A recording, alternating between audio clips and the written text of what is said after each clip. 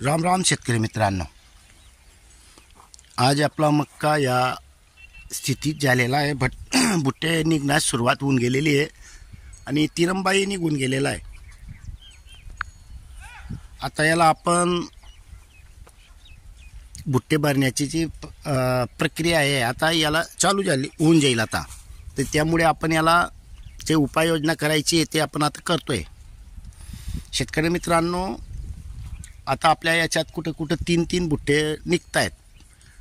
सर्वात महत्त्वाचे हे पॉइंटनेरचे बियाणे, कारण शेतकऱ्यांचे प्रश्न आहेत कोणतं बियाणे बुवा. आणि आपण एक जे तिकडे लावलेलं आहे ते वाढ कमी आहे त्याची, भाग्यश्री म्हणून आहे ते पण आपण मागं दाखवलेलं आहे. पण तेही आपण नंतर, तो विषय वेगळा आहे. आपल्याला आता मेन काय द्यायचे तो विषय करतोय. तर शेतकरी मित्रांनो, आपण कधी नवीन असाल तर आपल्या चॅनलला लाईक सबस्क्रिप्शन करून घ्या आणि इतर शेतकऱ्यांपर्यंत अल्प खर्चात कशी शेती करता येईल हेही त्यांना शेअर केल्यावर त्यांनाही अनुभव येईल. तर शेअर करत राहणे म्हणजे 4 शेतकऱ्याचा फायदा होईल. तर शेतकरी मित्रांनो, आपण आता या अवस्थेमध्ये पोटॅश देणार आहोत आणि थोडं 24-24-0 हे पण देणार आहोत, जेणेकरून नायट्रोजन आणि फॉस्फरस हे पण थोडं प्रमाणात उपलब्ध व्हायला पाहिजे. खास करून आपल्याला आजच्या कंडिशनमध्ये पोटॅशची आता गरज आहे. ज्या वेळेला दाना भुट्टे भरण्याचा वेळ असतो त्यावेळेला पोटॅशची जास्तीत जास्त गरज असते. त्यामुळे आपण आता याच्यात 10 किलो पोटॅश देतो. 5 किलो 24-24 हे दोघं मिळून खत आता आपण आपल्या नवीन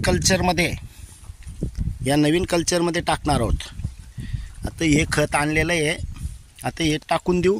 शेतकरी मित्रांनो, मी एकटा असल्यामुळे हे आपल्याला सटल बसवता येत नाही, त्यामुळे आपण सर्व टाकून घेऊ, त्यानंतर दाखवू. तर शेतकरी मित्रांनो, आपण यामध्ये टाकून दिलेलं आहे बघा. सुरुवातीला जे आपण 180 ते 170 लिटरपर्यंत कल्चर बनवून ठेवलेलं होतं हे. आता त्यामध्ये हे खतं टाकून दिलेले आहेत.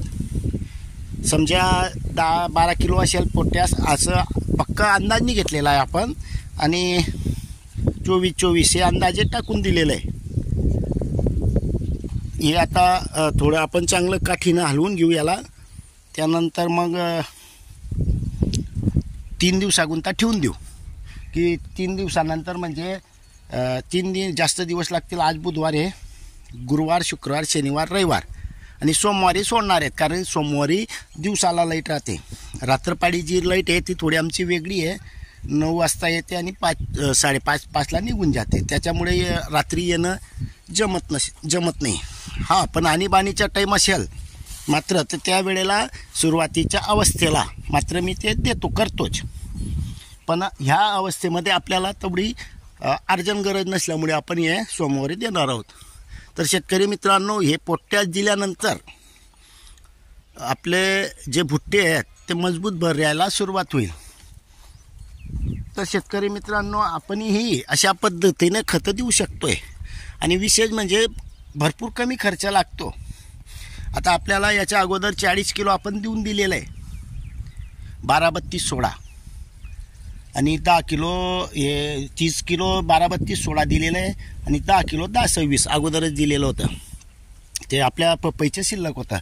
तर आता आपण हे सोडणार आहोत. याच्यानंतर कसे परिणाम भेटतील हेही आपण सांगणार आहोत.